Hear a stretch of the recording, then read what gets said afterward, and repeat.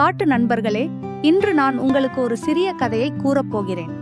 அது பசுமையான மரங்களும் குளிரான காற்றும் நிரம்பிய ஒரு அழகான காடு பற்றியது. அந்த காடில் ஒரு குட்டி நரி வாழ்ந்து வந்தது. அது சிறியதாயிருந்தாலும் மிகவும் புத்திசாலி. ஒரு நாள் காட்டில் பெரிய பிரச்சனை ஏற்பட்டது. ஒரு வலிமையான காட்டு மிருகம் எல்லா வனப்பிராணிகளையும் பயமுறுத்தத் தொடங்கியது. பெரிய வலிமை யாருக்கும் இல்லாததால் யாரும் அதை எதிர்கொள்ள முடியவில்லை. ஆனால் குட்டி நரி அமைதியாக யோசித்தது. வலிமையால் முடியாததை புத்திசாலித்தனத்தால் செய்யலாம் என்பதை அது நம்பியது. அதனால் அது காட்டு மிருகம் வரும் பாதையில் ஒரு சின்ன தந்திரத்தை அமைத்தது. அது யாருக்கும் காயம் ஏற்படாத பாதுகாப்பான யோசனை. மிருகம் அங்கே வந்தபோது அந்த தந்திரம் வேலை செய்தது. அது பயத்துடன் ஓடி மறைந்து இனி யாரையும் தொந்தரவு செய்யவில்லை. காட்டில் மீண்டும் அமைதி திரும்பியது.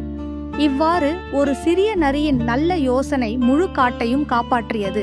இந்த கதையின் கருத்து என்னவென்றால், புத்திசாலித்தனம் எப்போதும் வலிமையை விட பெரியது.